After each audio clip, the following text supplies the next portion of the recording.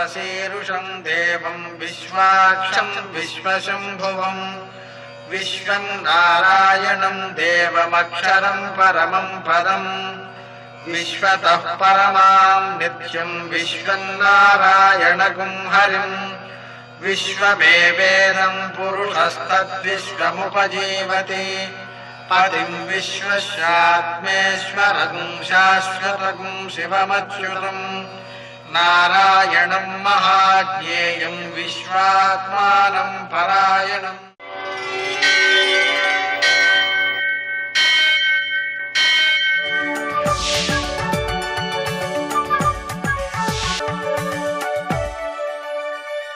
सूर्यशौर्यमथेन्दुरिन्द्रपदवी सन्मङ्गलं मङ्गलम्। పద్మావతి ప్రణయలాలిత ముగ్ధదేహ శ్రీ వెంకటేశ రుణమోచనమస్తు మహ్యం. నేటి కాలమాన విశేషాలను గమనిద్దాం. స్వస్తి శ్రీ చాంద్రమాన మన్మథనామ సంవత్సరం ఉత్తరాయణం, కొన్ని పంచాంగాల్లో దక్షిణాయనం, హేమంత ఋతువు, మార్గశిర మాసం, కృష్ణపక్షం, శనివారం. సూర్యోదయం 6:50, సూర్యాస్తమయం 5:49.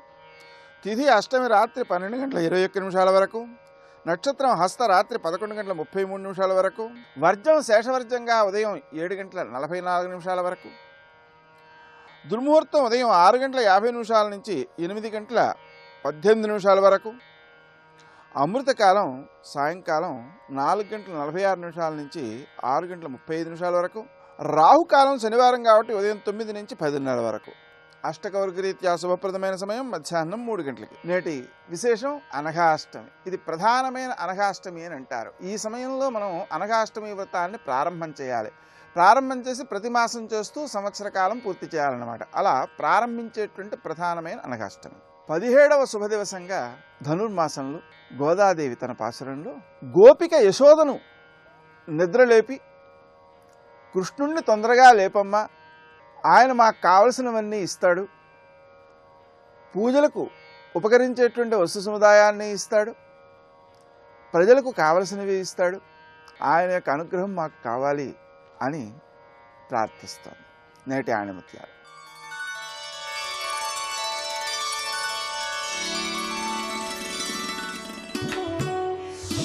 పట్టుదల, సహనం, పవిత్రత అనేవి జీవిత ప్రధాన సూత్రాలు.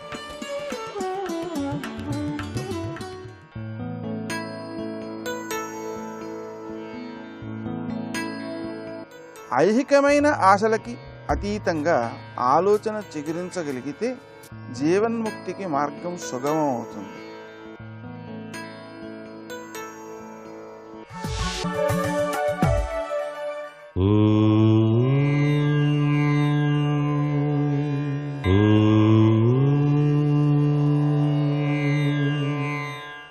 ఓం నమో నారాయణాయ.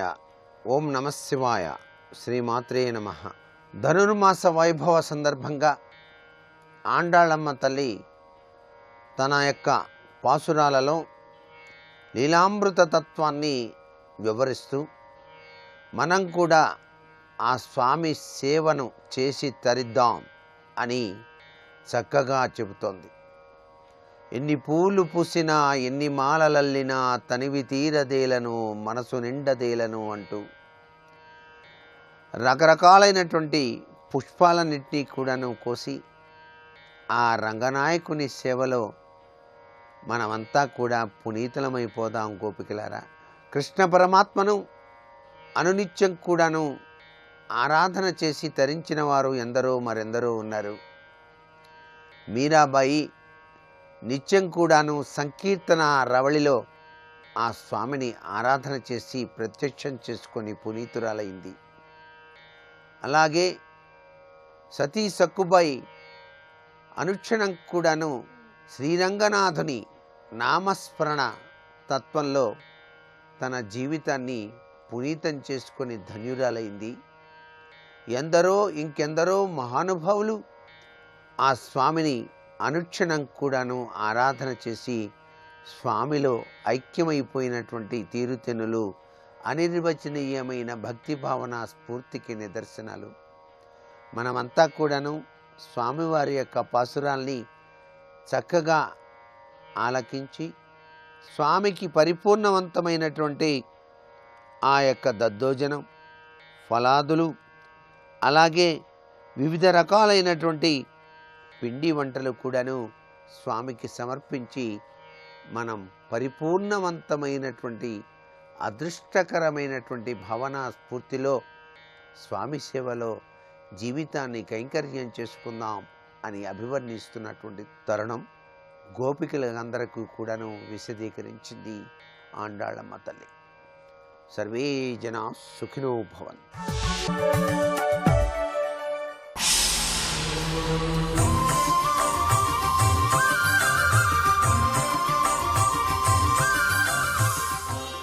శతక సాహితీ సరస్వతికి నమస్కారం.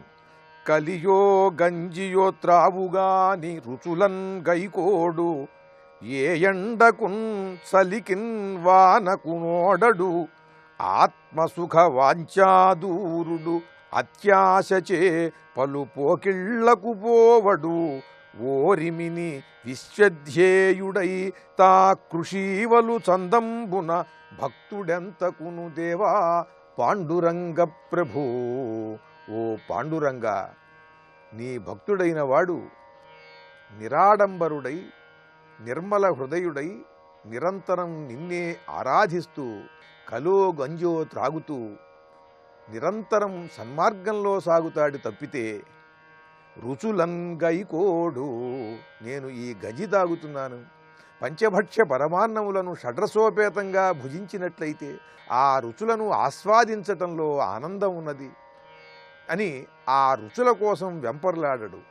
ఊరికినే ఈ శరీరాన్ని పోషించడానికి మాత్రమే ఆహారాన్ని తీసుకుంటాడు తప్పితే రుచుల కోసం తీసుకోడు. కలియో గంజియో త్రావుగాని రుచులన్ గైకోడు, ఏ ఎండకున్ చలికిన్ వానకు నోడడు. వాన వచ్చినా చలివేసినా ఎండ కాచినా కూడా భయపడడు. ఆత్మసుఖ వాంఛాదూరుడు, నిరంతరం తనలో ఉన్నటువంటి భావాల చేత భక్తి చేత తనలో ఉన్న మంచితనం చేత తాను ప్రశాంత చిత్తుడై ప్రశాంత హృదయుడై ఆత్మానందాన్ని పొందుతాడు తప్పితే బయట నుంచి వచ్చేటువంటి సుఖాలను సుఖంగా భావించడు. ఆత్మసుఖ వాంఛాదూరుడు, నిరంతరం ఈ శరీరానికి సుఖాన్ని కల్పించాలని ప్రయత్నం చేయడు. హృదయంలో ప్రశాంతిని నిలుపుకుని ఆత్మానందాన్ని పొందుతూ ఉంటాడు. చలి వచ్చినప్పుడు వెచ్చగా ఉండాలి, బాగా ఎండ వచ్చినప్పుడు చల్లగా ఉండాలి అని అటువంటి వాతావరణాన్ని ఏర్పరచుకుంటూ ఆ భౌతికమైనటువంటి సుఖాన్ని ఆనందించడు. తనలో ఉన్నటువంటి ఆ ఆత్మసుఖాన్ని ఎరిగి నిరంతరం ఆత్మరతుడై ఉంటాడు. అత్యాశచే పలు పోకిళ్లకు పోవడు, ఓరిమిని. అత్యాశతో అనేక మార్గాల్లో సంచరిస్తూ ఏ మార్గంలో వెడితే ఈ శరీరానికి ఎక్కువ సుఖం కలుగుతుందా అని ఆ మార్గాలలో ప్రయాణం చేస్తూ ఈ శరీరానికి విపరీతమైనటువంటి సుఖాన్ని కలిగించాలి, తద్వారా తాను సుఖపడాలి, ఈ శరీరమే తాను అనేటువంటి భ్రాంతిలో మాత్రం ఉండడు. ఓరిమిని, ఇదంతా ఎలా చేస్తాడంటే ఓర్పుతో చేస్తాడు. పరమ సహనంతో ఈ చలిని తట్టుకుంటాడు, ఎండని తట్టుకుంటాడు, వానని తట్టుకుంటాడు. ఇదంతా కూడా ప్రకృతి సిద్ధమైనటువంటిది. ఈ వాతావరణం ఏ కాలానికి ఆ కాలంలో ఈ చలి ఎండ వాన ఇవి వస్తాయి, ఇది సహజమని గుర్తించి దాన్ని సహిస్తూ అనవసరమైన సుఖాలను ఈ శరీరానికి అందజేయాలనే తాపత్రయం మాని తనను తాను గుర్తించి తనను తాను పరమేశ్వరునకు సమర్పించుకుని నిరంతరం ఆత్మానందంతో ఉంటాడు. ఎలా అంటే విశ్వధ్యేయుడై తా కృషీవలు చందంబున. ఒక రైతు ఎలా అయితే ఎండకి వానకి చలికి ఓర్చి పొలంలో పంట పండించి దాన్ని ఈ సమాజానికి అందిస్తున్నాడో అలాగే విశ్వధ్యేయుడై విశ్వంలో అందరూ కూడా ఆనందంగా ఉండాలి, లోకా సమస్త సుఖినో భవంతు అనే భావనతో అందరికీ సుఖాన్ని కలిగించమని ఆ పరమేశ్వరుణ్ణి వేడుకుంటూ అందరి సుఖం కోసం తాను ధ్యానం చేస్తాడు. తాను భక్తి తత్పరుడై అందరికీ ఆదర్శంగా నిలుస్తాడు, ఒక రైతు వలె అని తెలియజేస్తూ భక్తి తత్పరతతో పాండురంగని సేవిస్తూ అద్భుతమైన పద్యరచన చేసి గొప్ప శతకాన్ని మనకు అందించిన శ్రీ అయ్యపు వెంకటకృష్ణయ్య గారి పాండురంగ ప్రభు శతకంలోని మరి ఒక పద్యం గురించి రేపు ఉదయం తెలుసుకుందాం. ఓం నమో నారాయణాయ. కృష్ణ ముకుంద మురారి జయ గోవింద బృంద విహారీ కృష్ణ ముకుంద మురారి జయ కృష్ణ ముకుంద మురారి. శ్రీ విష్ణు చిత్తకుల నందన కల్పవల్లీం శ్రీరంగరాజ హరిచందన యోగ దృశ్యాం సాక్షాత్ క్షమాం కరుణయా కమలామివాన్యాం గోదాం అనన్య శరణ శరణం ప్రపద్యే గోదామనన్య శరణ శరణం ప్రపద్యే. శివాయ గురవే నమః. శ్రీమాత్రే నమః. శ్రీ విష్ణురూపాయ నమః శివాయ. శ్రీకృష్ణ శరణం మమ. శ్రీ గోదారంగనాథాభ్యాం నమః. ఈనాటి పాశురం 17వ పాశురంలోకి ప్రవేశించాం. అంబరమే తన్నీరే సోరే అరం శెయ్యుం ఎంబెరుమాన్ నందగోపాల எழுந்திராய் கொம்பனாருக்கு எல்லாம் கொழுந்தே குலவிளக்கே எம்புருமாட்டி யசோதாய் அறிவுராய் அம்பரம் ஊடு அறுத்து ஓங்கில உலகளந்த உம்பர் கோமானே உறங்காது எழுந்திராய் செம்பொற் களலடிச் செல்வா బలదేవా ఉంబియుం నుయ్యం ఉరంగేల్ ఓరెంబావై. ఇందులో ఉన్న ఈ భావంలో మొట్టమొదటి నందగోపాలను మెలుకొలుపుతున్నారు. నందగోపాలుడు ఎటువంటి వాడు అంటే అంబరమే తన్నీరే షోరే అరం శెయ్యుం. అంబరమే అంటే వస్త్రములు, తన్నీరే అంటే చల్లని నీరు, షోరే అంటే అన్నం, ఇక అరం ధర్మము, వీటన్నిటినీ మాకిచ్చువాడు అని. అంటే నీటిని, వస్త్రముల్ని, అన్నాన్ని ధర్మముగా మాకిచ్చువాడైనటువంటి మా ఏలిక నందగోపాలుడు. అటువంటి ఓ ఏలిక నందగోపాల ఎళుందిరాయ్ మేల్కొను. ఇక్కడ నందుని పట్ల కృతజ్ఞతను ప్రకటిస్తున్నారు. నీ ఊర్లో మేము ఉన్నాము అంటే మా కూడు, గూడు, గుడ్డ ఇవన్నీ నువ్విచ్చినటువంటిది, మాకు ఆశ్రయం ఇచ్చినటువంటిది. అందుకే ప్రధానమైన జలము, వస్త్రము, అన్నము ఈ రెండూ చెప్పారు. ఇవి ఆయన అనుగ్రహం వల్ల వస్తున్న ఏలికైన వాడు సమకూర్చుతున్నట్ట. అంటే పాలకుడైన వాడు తన చేత పాలింపబడే వారికి ఇవి సమకూర్చాలి అనడం కూడా ఇందులో కనబడుతున్నది. అలా సమకూర్చేవాడే పాలకుడు అవుతాడు, లేనప్పుడు పాలకుడు కాడు. అందుకు పాలకుడైన నందగోపాలు అక్కడ వారందరికీ సమకూర్చుతున్నాడు అని చెప్పారు. దానికి కృతజ్ఞతగా ఇక్కడ వారు నమస్కారం చేసుకుని నువ్వు మేల్కొనవయ్యా. ఇక్కడ మేల్కొనడం అన్నప్పుడు మామూలుగా నిద్రపోతున్న వాళ్ళని లేపడం వేరు, భగవంతుని లేపడం వేరు. ఇక్కడ సుప్రభాతం అనే దానిలో పరమార్థం కూడా మనం తెలుసుకోవాలి. భగవంతుణ్ణి లేపడము అంటే నా పట్ల సుముఖుడివై అనుగ్రహించు అని చెప్పడం ఇందులో ఉన్నటువంటి భావం. భగవంతుడు మన పట్ల మేల్కొనాలి అని దీనిలో ఉన్నటువంటి ఆంతర్యం. అందుకు భగవత్ పరివారంలో ప్రధానమైనటువంటి నందునికి ఇక్కడ నమస్కారం చేశారు.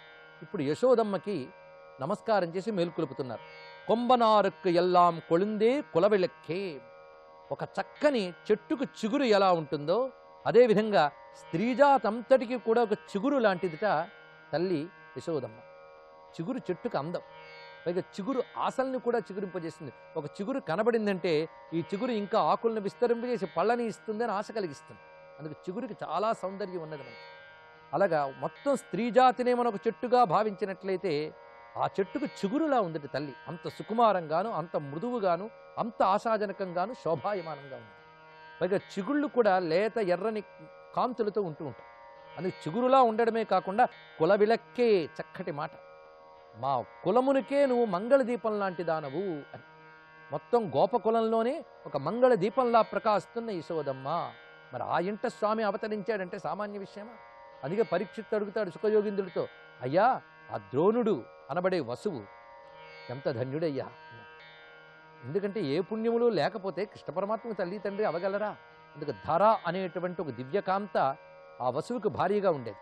వారు ఉభయులు కూడా ఈ భూమి యందు నంద యశోదలుగా వచ్చి కృష్ణ పరమాత్మని సాకే భాగ్యం వాళ్ళు పొందారు. దివ్యత్వం ఉండడం వల్లే తల్లిదండ్రులు కాగలిగారు. అందుకు వాళ్ళకి నమస్కారం చేసుకోవాలి.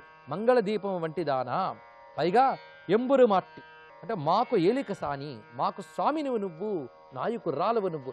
నాయకుడు నందగోపుడు, నువ్వు నాయకురాలివి. యశోదాయ్ అరివురాయ్, ఓ యశోదమ్మ నువ్వు మేల్కొనుము. ఇప్పటివరకు తల్లిదండ్రులు మేల్కొలిపారు కదా, ఇప్పుడు అబ్బాయి గారి దగ్గరికి వస్తున్నారు. ఇప్పుడు వాళ్ళిద్దరిని మేల్కొలిపితే వాళ్ళు ఈయన్ని మేల్కొల్పగలరు. అది ముందు వాళ్ళని మంచి వాళ్ళని చేసుకుంటే వాళ్ళు మాట వినైనా అని అనుగ్రహిస్తాడు. మొత్తానికి కావాల్సింది ఆయన అనుగ్రహమే, కృష్ణుడే ప్రధానం. కానీ ఈ కృష్ణుడు ఒకరు చెప్తే విని ఒకరు చేస్తే చేసేవాడు కాదు. వారికి అవకాశం ఇచ్చాడంతే, చెప్తే చేసినట్టు. కానీ తానంత తాను ఎన్నైనా చేయగలడు. ఇతను సామాన్యుడు కాడు. నందగోపుని ఇంట కేవలం పసివాళ్లా కనబడుతున్న ఈయనెవడో మాకు తెలుసు. ఆ భావాన్ని ఇక్కడ చక్కగా చూపిస్తున్నారు. పరమాత్మ పేరు తలంచుకోగానే అమ్మ గోదాదేవి మనస్సు ఎంత ఉప్పొంగిందో. ఈ సుందరాంగుడైనటువంటి బాలకృష్ణుడు సామాన్యుడా? అంబరం ఊడు అరుత్తు వంగి ఉలగళంద ఉంబర్కోమా అని చక్కటి మాట అన్నది ఇక్కడ. అంబరం అంటే ఆకాశాన్ని, ఊడరత్ మధ్యగా భేదించుకుని, ఓంగి అంటే పెరిగి, ఉలగ్ అళంద్ లోకాలని కొలిచినవాడు. ఆకాశాన్ని ఛేదించుకుంటూ పెరిగిపోయి సమస్త లోకాన్ని కొలిచినటువంటి మహానుభావుడు అయిన ఓ కృష్ణ నువ్వు మేల్కొను. ఈ విధంగా ఆ నంద పరివారంలో ఉన్న కృష్ణ పరమాత్మ మనల్ని అనుగ్రహించుగాక. ఆండాళ్ తిరువడుగలే శరణం.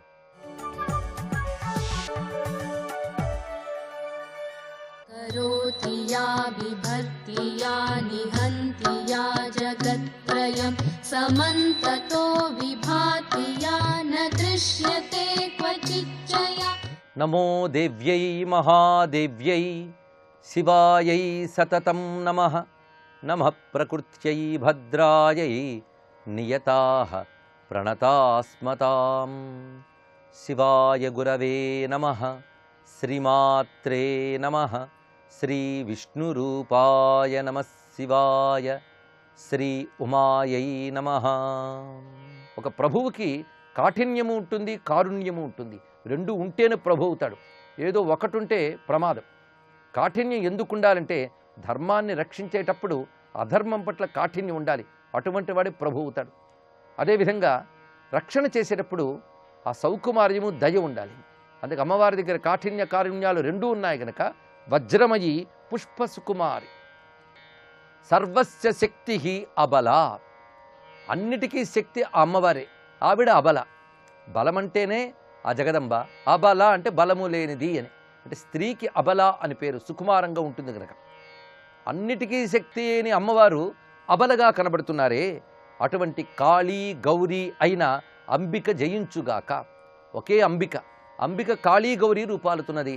అటువంటి రెండు రూపాలతో ఉన్న అంబికకు జయము అని దీనిలో భావన చేస్తూ తామాహుర్జగదంబాం గౌరీం కేచిత్ పరే కాళీం సా గౌరీ మహిళా తను అంబరతనురుచ్యతే కాళీ. ఓ జగదంబ, నిన్ను కొందరు గౌరీ అంటారు, ఇంకొందరు కాళీ అంటారు. అంటే అమ్మవారిని గౌరీగా కాళీగా కూడా ఉపాసించేటువంటి పద్ధతి ఉన్నది. గౌరీ అనేది నీవు ధరించినటువంటి మహిళా తనువు, నువ్వు ధరించిన స్త్రీ రూపము. నీ యొక్క అంబరతనురుచ్యతే కాళీ, నీ ఆకాశ శరీరమే కాళీ. ఇది చాలా అద్భుతమైన మాట ఇక్కడ ఆవిష్కరింపజేశారు. అమ్మవారు మనల్ని అనుగ్రహించడానికి ఉపాసకారాం కార్యార్థమని చెప్పినట్లుగా దేవతల్ని, భక్తుల్ని మొదలైన వారిని అనుగ్రహించడానికై కైలాసమనందు దివ్యమంగళ విగ్రహం ధరించి ఉన్నది. ఆ రూపం పేరు గౌరీ. అంబరతను అంటే ఆకాశ శరీరినిగా ఉన్నది. ఆ స్వరూపం పేరు కాళీ. కనుక కాళీ అనగా ఆకాశ శరీరిణి అనే మాట చెప్పారు. ఒక విధంగా మనం ఆలోచిస్తే గౌరీ అనే మాటకి వెలుగు అని అర్థము.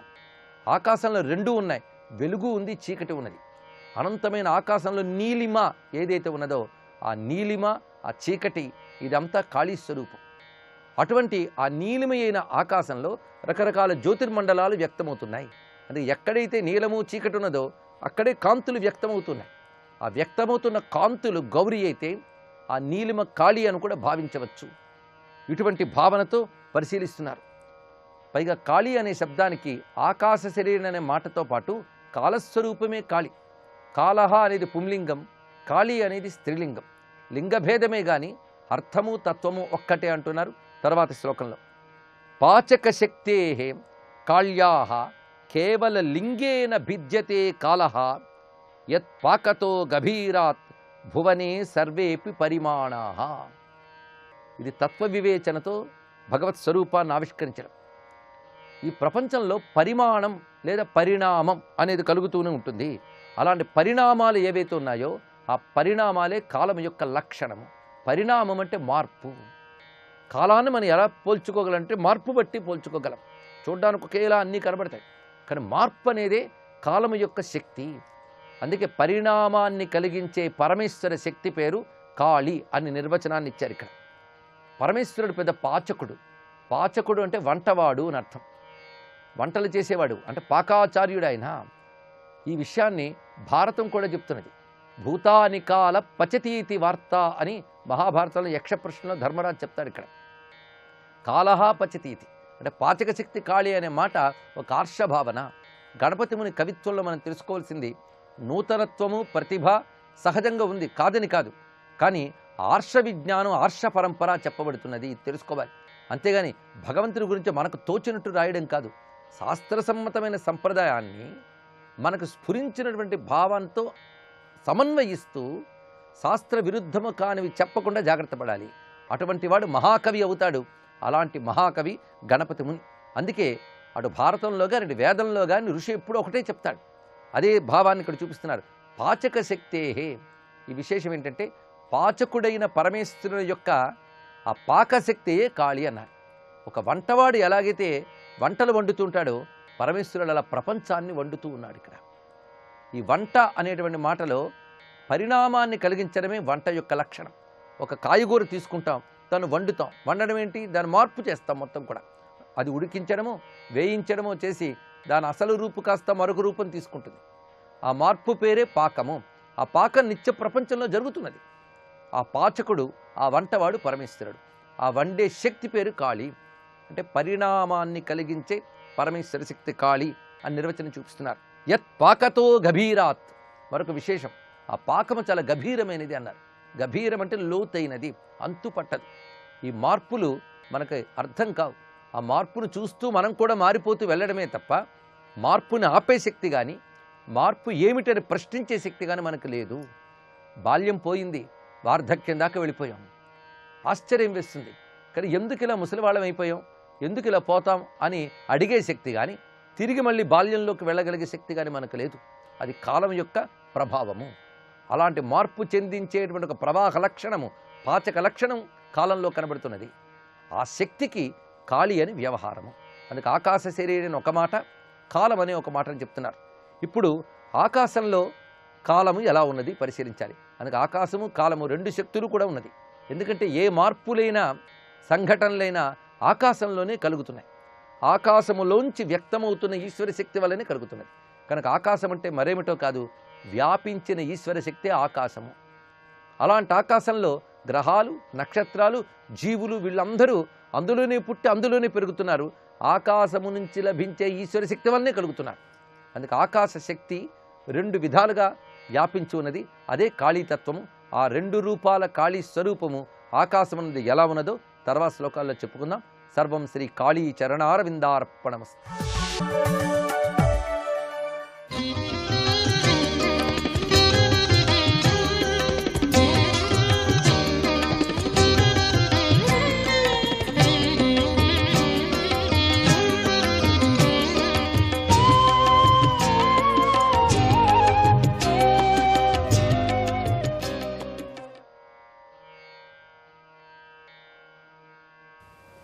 శ్రీ మహాగణపతే నమః.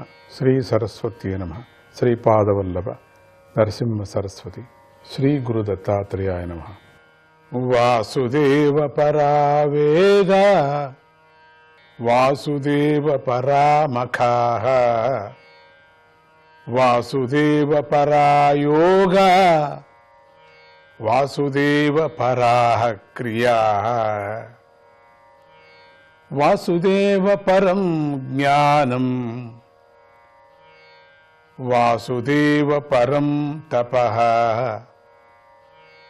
వాసుదేవ పరో ధర్మో వాసుదేవ పరాగతిః. వేదాలు వాసుదేవుణ్ణే పరమ తాత్పర్యంగా బోధిస్తూ ఉన్నాయి. అన్ని వేదాల యొక్క సారమేంలో దాని యొక్క తాత్పర్యము పరమాత్ముడు. వాసుదేవుణ్ణి ఉద్దేశించి మాత్రమే యజ్ఞాలన్నీ చేయబడుతున్నాయి. అన్ని కర్మలు కూడా పరమాత్ముడికే సమర్పణ. యోగాలన్నిటి ఉద్దేశ్యం కూడా వాసుదేవుడే అయి ఉన్నాడు కదా. కర్మలన్నీ కూడా వాసుదేవుని యందే సమాప్తి చెందుతున్నాయి. జ్ఞానం వల్ల పొందబడేది వాసుదేవుడే.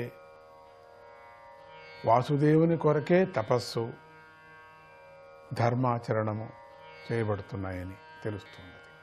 స్వర్గాది ఫలాలన్నీ వాసుదేవుని యందే కలిసిపోతున్నాయి.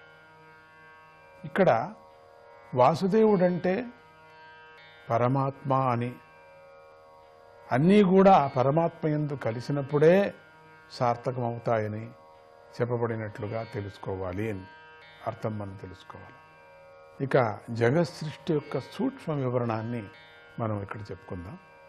సర్వాన్ని వ్యాపించి ఉన్న ఆ పరమాత్మ తాను గుణాలకు అతీతుడై ఉండి సృష్టి ప్రారంభంలో కార్యకారణాత్మకము త్రిగుణాత్మకము అయిన తన మాయాశక్తితో ఈ జగత్తును సృష్టించాడు.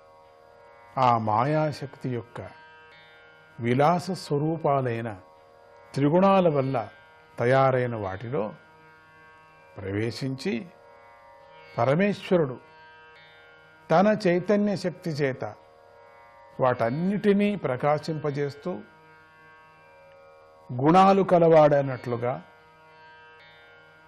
అంతటా ప్రకాశిస్తూ ఉన్నాడు. సత్యానికి భగవంతుడు నిర్గుణుడు.